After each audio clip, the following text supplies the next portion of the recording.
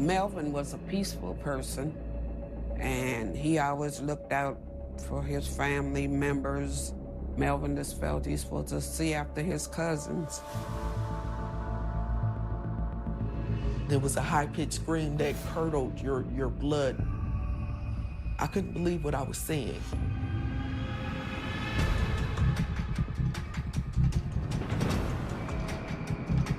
Anyone that feels they've been wronged, they want it to be made right. And sometimes revenge is the path they choose. It's a cycle of going back and forth until someone either dies or someone gives up. His act was an act of revenge. What she did was an act of justice. She got the case solved after 30 years.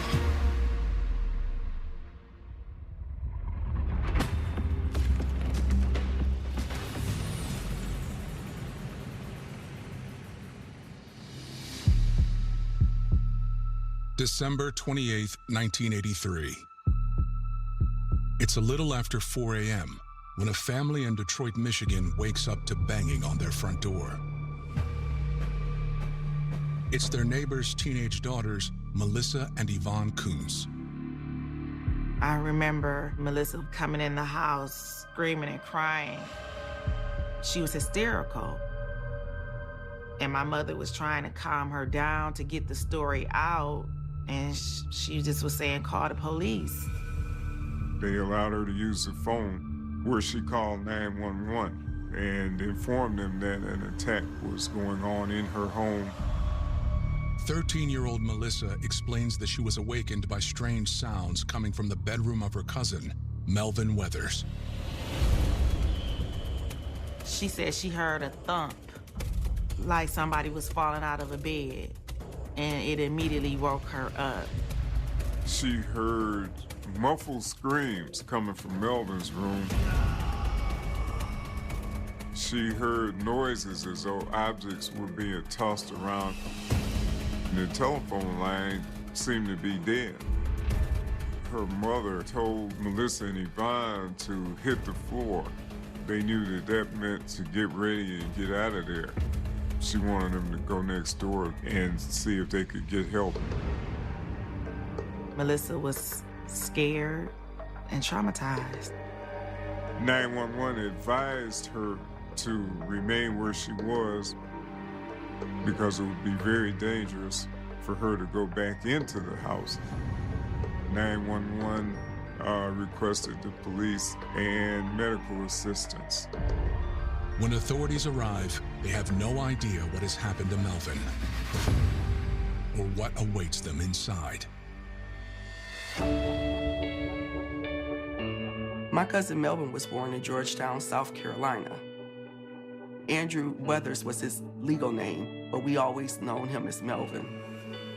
He was an active, happy little kid. He was fun. He made us laugh all the time. And he was just a cheery guy.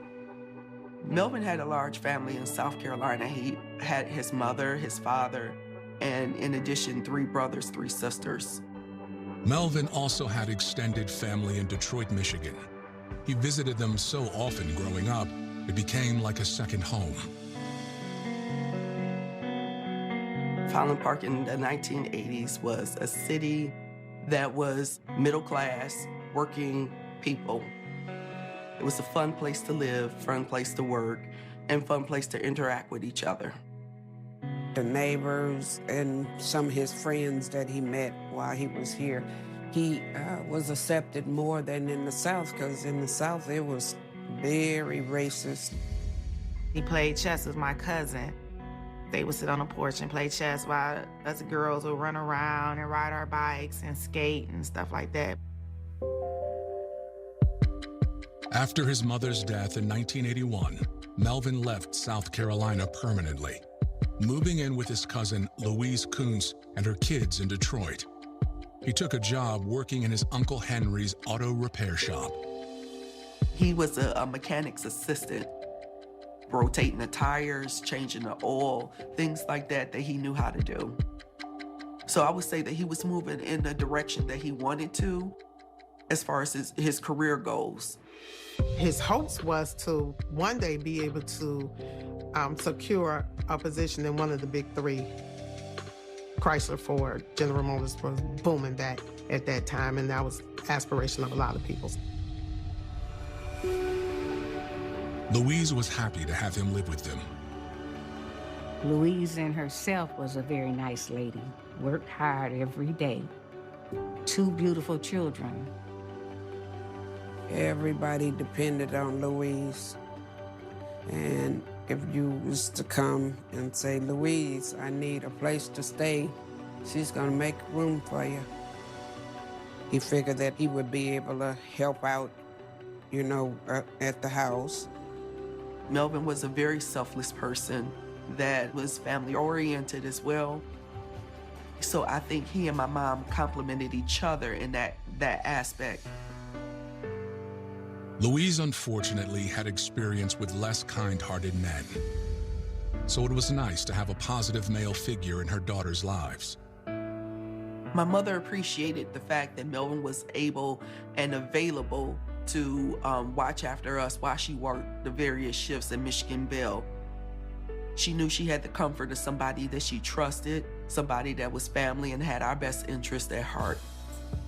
Over the next 2 years, Melvin became an integral part of the family.